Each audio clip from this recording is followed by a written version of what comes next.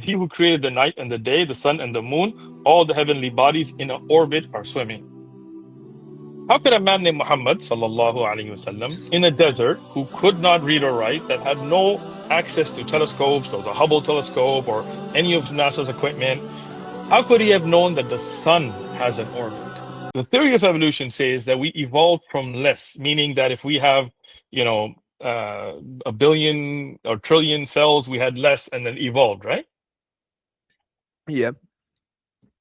But the minimum gene concept, which you can Google, and it's something that has been put through peer-reviewed clinical journals and the clinical trial process, says that the minimum single-cell organism had to have 300, theories around 200, but tested around 300 set of genetics. It could not have survived. And in a controlled environment, when we take the genetics and break them down to be less than 300, it collapses.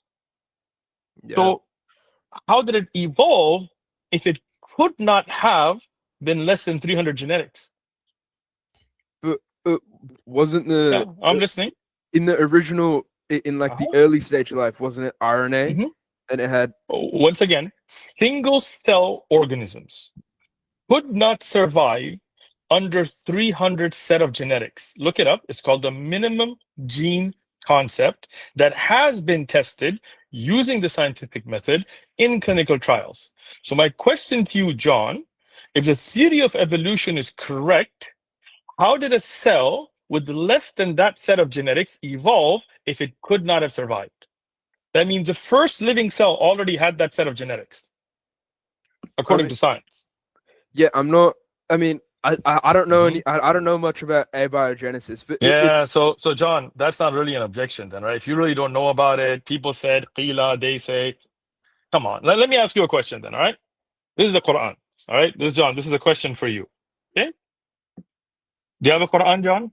Yep. All right. If you don't, go to One Message Foundation, we'll give you a free one. All right. In Surah Al-Anbiya, which is the 21st chapter, in the 33rd verse, it says, and it is he who created the night and the day, the sun and the moon, all the heavenly bodies in an orbit are swimming. How could a man named Muhammad sallallahu alaihi wasallam in a desert who could not read or write, that had no access to telescopes or the Hubble telescope or any of NASA's equipment, how could he have known that the sun has an orbit? I don't know. There Yeah. you go, John. Maybe you should, miracle, right? Okay, let me ask you another one, all right? Surah Al-Mu'minun, which is the 23rd chapter, in the 14th verse, it says, then we created the sperm drop into a clinging clot, and we made the clot into a lump, and we made from the lump bones, and we covered the bones with flesh. Then we developed them into another creation. So blessed is Allah, the best of creators. So the fact that the fetus, before it becomes into a clot that clings to the side of the uterus as a clinging clot, then turns into a lump, then bones are developed first, and then the muscle wraps around the bone, not muscles first and then bones, and then they develop into a human fetus, would not have been possibly known by the Prophet ﷺ with the technology available to him at the time. How did he know that? I In heard fact, something. Yeah. I'm just saying, go home. We're already home. Look up Yeah. Dr. Keith L. Moore, Yep. who literally wrote the textbook on human embryology. And he said there is no way that the Prophet Muhammad sallallahu alaihi wasallam could have known this. Keith Elmore. Look, he said, the one who wrote the textbook on embryology, that no way could a man named Muhammad have known this, sallallahu alaihi wasallam, except that this is from God. But So do you like, believe the Quran is from God? I mean, he didn't become a Muslim. I'm looking it up right now. There's no Okay, source. where do you see that he didn't become a Muslim? Where does it say that? I mean, I can't find anything on him becoming a Muslim. Okay, so then that doesn't mean he didn't become a Muslim, right? So the question there is, if the one who wrote the textbook book on embryology, and if you want to discuss Islam, I can discuss it with you later. I do know brothers who personally knew him and said he did become a Muslim. He just didn't make a big deal out of it. But Okay. he said that no way could a man named Muhammad in 6th century Arabia sallallahu alaihi wasallam have known that except that it's from God, the one who wrote the textbook that's still being taught on embryology. I can't even name how many awards he got. Doesn't it? If he didn't become a Muslim, doesn't it make what he said more credible? Because he has no, Right, even a non-Muslim. because he has no bias towards Islam. But I saw that he had a collaboration with the Saudi government. Okay, now you're just doing conspiracy theories, though. Well, listen, John. So what? If he collaborated, are you saying he lied? Yeah, it's conspiracy. So when he came back to Canada, did he deny it? No. Apparently, here it says he was funded by Abdul Majid Al Zindani. Whatever, bro. Whatever. Wait, hold on, bro. John. I'm not gonna let you lie like this, bro. He was funded by who? It says he had a collaboration with the religious authority. Who was he funded by? Abdul Majid Al Zindani. And he's from where? I don't know. Zindani's that's Yemeni. just what Google says. He's from Yemen, bro. Come on. Okay, man. yeah. You're wasting time. John. Okay, John.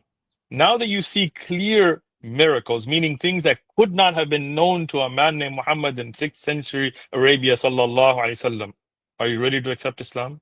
Because evolution is not a barrier anymore. We've already gone through that.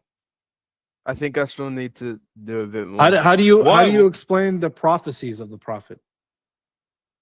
Like I don't know. Have you heard of the siege of Baghdad prophecy? Yeah, you've heard of it. Land. Yeah. So that prophecy is it's attested 500 years before the event, and it's attested in multiple collections. Also, the conquering of Constantinople. Yeah, there's many, but this one specifically, because this one can be proven to have been uttered before its fulfillment takes place.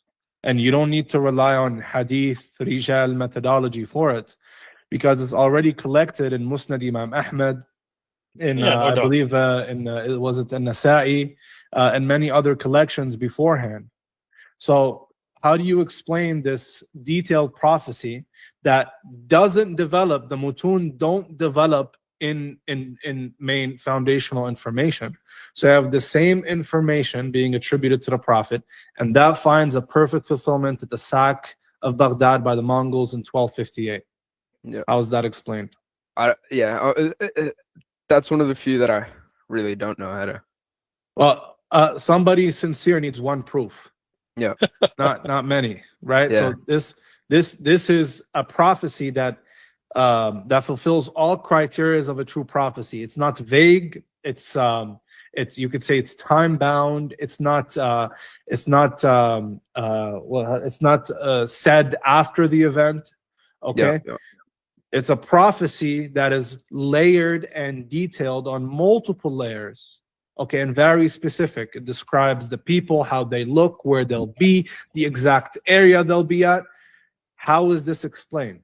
There is no explanation other than this is being divine revelation. Yeah, honest. Yeah,